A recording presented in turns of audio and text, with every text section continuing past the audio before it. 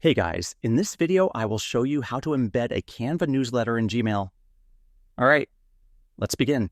First, open your Canva newsletter design and make sure it's ready to go. Add hyperlinks to any clickable elements. Right-click an image or highlight text, then select link and insert the appropriate URL.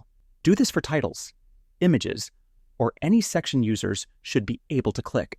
Once everything is linked, click the share button at the top right of Canva. Select Download, choose PNG, and save the design to your computer. Now click Share again, but this time choose Create Public Link. Copy this link. This will be used to make your image clickable. Now open Gmail and click Compose. Enter your recipient's email and subject like your latest newsletter. Next, click the Insert Photo icon, upload the PNG image you just downloaded, and insert it into the email. Once inserted, click the image, then select the link button.